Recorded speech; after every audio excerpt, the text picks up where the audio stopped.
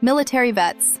What was the most creative punishment you've ever witnessed from a drill sergeant? Fort Benning, 2009. Middle of summer. Sweat pooling in your boots before you even stepped outside.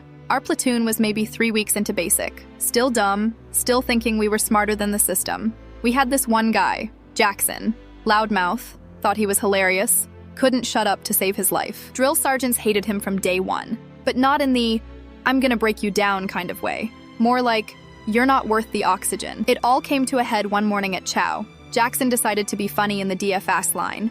Did this over-the-top salute to a female drill sergeant from another company and shouted, "Good morning, Miss America!" Whole room froze. Drill Sergeant Grant, our senior DS, saw it from across the bay and just stared. Didn't even yell, just smiled like he'd found a toy. At formation afterwards, Grant called Jackson front and center, told him that since he thought the drill sergeant was Miss America, then Jackson clearly had a thing for pageantry. Said if that's the case, we shouldn't deny his talents.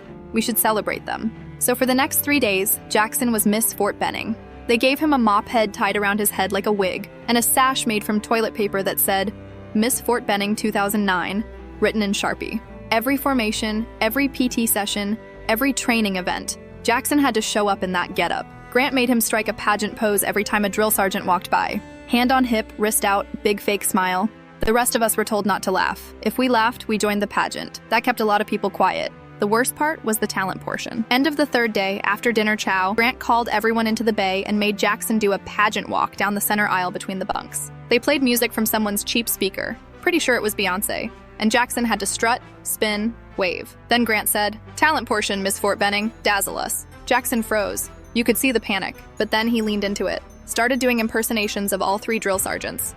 Perfect posture, the exaggerated voice, even mimicked how Grant always adjusted his belt before yelling. Everyone was dying inside trying not to laugh. Even the DSs were smirking, barely holding it together. Grant finally waved it off and said, "That's enough, Private. You may go back to being a disappointment." The next morning, the mop wig was gone. Toilet paper sash, too. Jackson never cracked a joke again.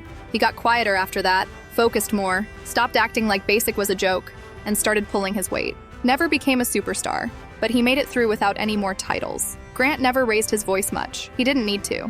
He'd walk past, give you a look, and you'd feel your soul leave your body. That man could have broken Jackson with push-ups or smoke sessions, but he went the creative route. Humiliated him just enough to make the point stick, but not enough to break him completely. That whole pageant thing became legend. Years later, I was at a range with some National Guard guys and someone brought up Miss Fort Benning. Different company, different year, but the story had spread. People thought it was a myth. I just shook my head and said, nope, I was there. He wore a mop for 3 days and curtsied at Reveille. No one ever forgot it. I know I didn't.